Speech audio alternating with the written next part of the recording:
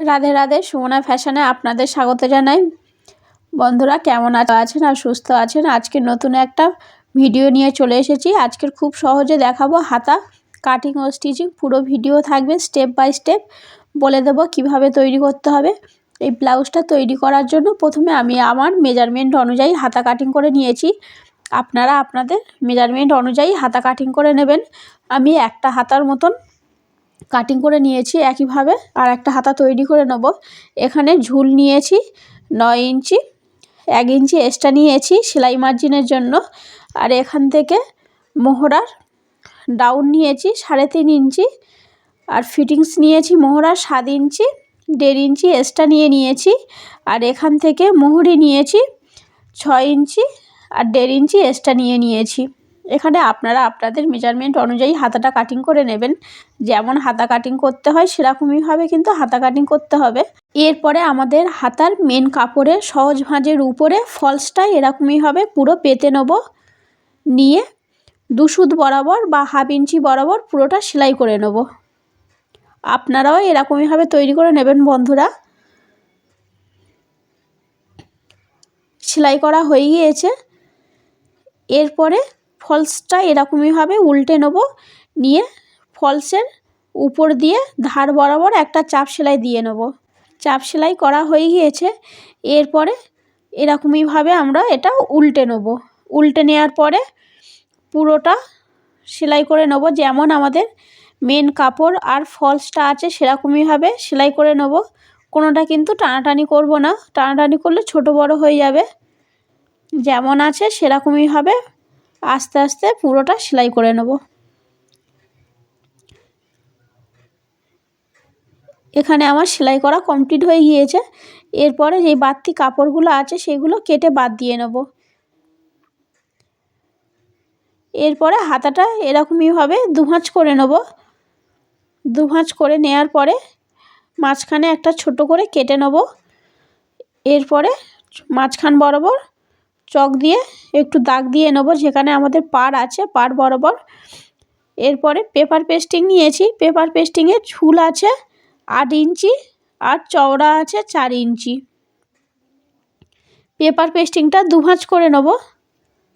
নেওয়ার পরে এখান থেকে 1 ইঞ্চি বরাবর যেখানে ফোল্ড করা আছে ফোল্ডের দিক থেকে 1 ইঞ্চি বরাবর 2 দিক থেকে দাগ দিয়ে স্কেল দিয়ে সোজা করে দাগ দিয়ে নেব। এরপরে উপরের দিক থেকে 1 ইঞ্চি বরাবর একটা দাগ দিয়ে নেব।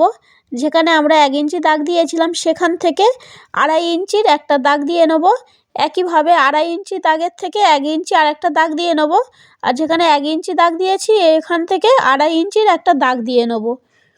যে এবারে দাগে দাগে মিলিয়ে নেব। দেখতে পাচ্ছেন বন্ধুরা কেমনভাবে করেছি। এরকমভাবে আপনারা দাগ দিয়ে নেবেন। যদি বা সমস্যা হয় ভিডিওটা আস্তে আস্তে চালিয়ে দেখে নেবেন, তাহলে আর কোনো অসুবিধা হবে না। এরপরে যেই 2.5 ইঞ্চির একটা দাগ দিয়েছিলাম সেই দাগের মাঝখান বরাবর এরকমই টেপে ফোল্ড করে নিয়ে সেখানে মাঝখান বরাবর দিয়ে আর একটা দাগ দিয়ে নিতে হবে। এরপরে আমরা একটা স্কেল নিয়ে নেব। নিয়ে এরকমই গোল মতন করে একটা শেপ দিয়ে নেব।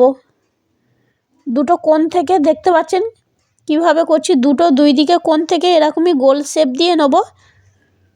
যেখানে আমরা 2.5 ইঞ্চির মাঝখান বরাবর একটা দাগ দিয়েছিলাম সেই দাগ বরাবর এরকমই দাগটা দিয়ে নিতে হবে। এখানে চাইলে আপনারা একটা টাকার কয়েনও নিতে পারেন, নিয়ে শেপ দিয়ে নিতে পারেন।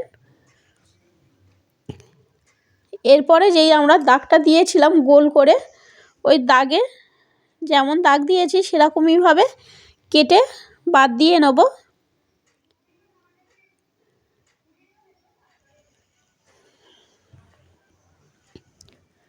এরপরে দেখতে পাচ্ছেন কাটার পরে এরকমই হয়ে গিয়েছে। এটা একটা ফলসের উপরে ইস্ত্রি করে নেব। ইস্ত্রি করে নেওয়ার পরে একইভাবে ফোল্ড করে নেব। নিয়ে মাঝখান বরাবর চক দিয়ে দাগ দিয়ে নেব।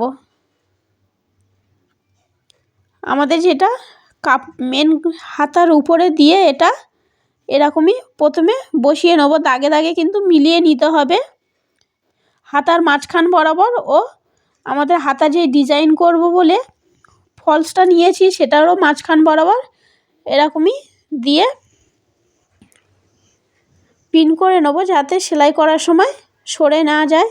এরপরে আমাদের যেমনভাবে পেপার পেস্টিংটা কাটিং করা হয়েছে সেরকমইভাবেই কিন্তু সেলাই করে নিতে হবে। সেলাই করার সময় আস্তে আস্তে সেলাই করতে হবে যাতে আমরা যেমন ডিজাইন করেছি সেই ডিজাইনটা ঠিকভাবে ওঠে। আমি যেমনভাবে করছি আপনারাও এরকমইভাবে তৈরি করে নেবেন, নিলে আর কোনো সমস্যা হবে না।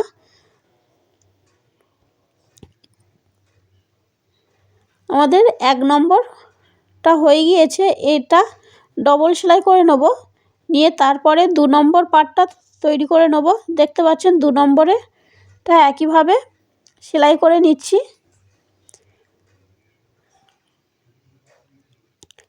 সেলাই করার সময় তাড়াহুড়ো করলে হবে না, তাড়াহুড়ো করলে কিন্তু সেলাইয়ের শেপটা ভালো আসবে না। এর জন্য সেলাই করার সময় একটু আস্তে আস্তে সেলাই করতে হবে যাতে শেপটা ভালো আসে আর কোণগুলো খুব সুন্দরভাবে ওঠে। এরপরে এটা ফোল্ড করে নেব, নিয়ে বাড়তি কাপড়টুকু কেটে বাদ দিয়ে নেব। কাটার সময় খেয়াল রাখতে হবে আমরা যেখানে সেলাই করেছিলাম সেলাইয়ের 1 চাপ বরাবর বাদ দিয়ে কাটতে হবে যাতে সেলাই না কেটে যায়। সেলাই কেটে গেলে কিন্তু হবে না, এর জন্য সাবধানে কেটে নিতে হবে। এরপরে পুরো কোণের থেকে ছোট ছোট করে কেটে নেব যাতে কোণগুলো সুন্দরভাবে ওঠে আর সুন্দরভাবে ফিনিশিং আসে।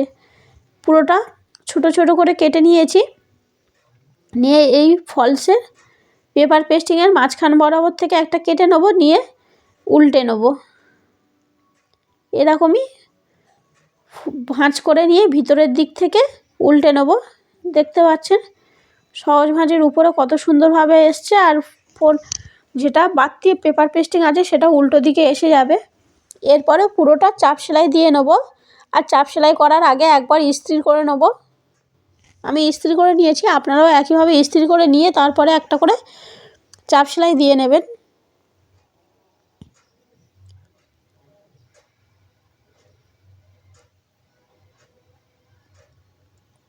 একইভাবে আমরা ওইটা যেমনভাবে সেলাই করে নিয়েছি এটাও সেলাই করে নেব। চাপ সেলাই করার সময় পুরো ধার বরাবর কিন্তু সেলাই করতে হবে, তবে ফিনিশিংটা ভালো আসবে।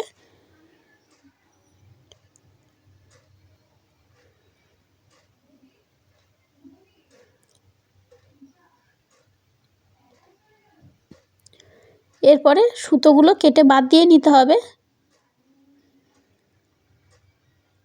এবারে এখানে মাঝখান বরাবর একটা করে পুঁতি বসিয়ে নেব। আপনারা চাইলে পুঁতি নাও বসাতে পারেন। দেখতে পাচ্ছেন হাতাটা কত সুন্দরভাবে ফিনিশিং এসছে আর কত সুন্দর দেখাচ্ছে। খুব সহজভাবে আপনারাও তৈরি করে নিতে পারেন। আশা করি আপনাদের ভিডিওটা ভালো লাগবে।